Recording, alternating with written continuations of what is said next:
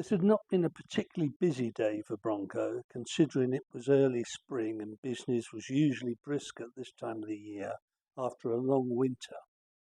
Nonetheless, he had pocketed a reasonable amount of cash for a Thursday and was content. He tied the open boat securely to the jetty and made his way home through the yard. Maybe an evening in the goat. He would be able to get an hour's work done on his project before climbing out of his overalls, having a quick bite to eat, and by that time his thirst should be at peak of maturity.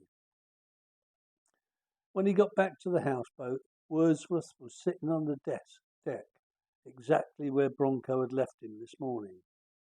"I haven't been here all day," he protested. "That's okay," said Bronco. "I had a word with Fraser, and he didn't seem too bothered about you staying in Robbie's cabin for a while. Let's have a look."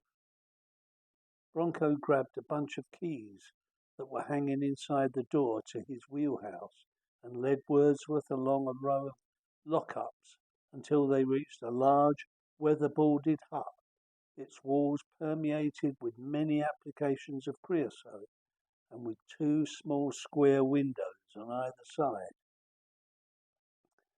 Next to the hut was an imposing two-story building, its carefully maintained wooden walls having recently received a fresh coat of white exterior weatherproof paint. A slate roof was topped by a broad cupola, surrounded on all sides by a panoramic balcony. This was the old Coast Guard's house, now gleamingly restored to a delightful residence. "That's a smart place," said Wordsworth. "Who lives there?" "Oh, he's some kind of banking executive. Pretty wife, but they're hardly ever here. Their son comes for an occasional weekend. He's an arse." Around the front of the cabin, close to the water's edge, they climbed some rickety steps onto a small wooden veranda, and Bronco slipped the key into the padlock, holding a pair of double doors locked tight. "You have your own key?" asked Wordsworth. "Most of the padlocks are the same, apart from a few that wants to keep folks out."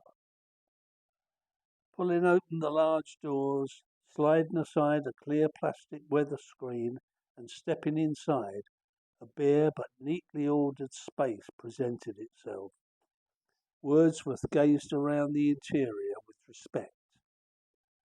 To his left was a small, economically fitted kitchenette with sink and cooker hob. Next to that, a pot-bellied stove with a log store built underneath.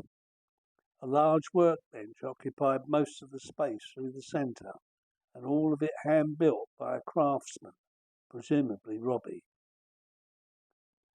On the wall hung a 1998 calendar, tangled in cobwebs and featuring delicate watercolour paintings of seabirds. A few packs of tea bags and canisters marked coffee and sugar stood abandoned on a shelf above the stove, along with two mugs and a small enamel teapot. The place had a musty smell, which Wordsworth thought would soon clear. "I can stay here?" "For a while, I suppose," said Bronco. "You'll need to sort the details out with Fraser. There's a coin-operated electric meter, and there may be some gas left in the bottle under the cooker."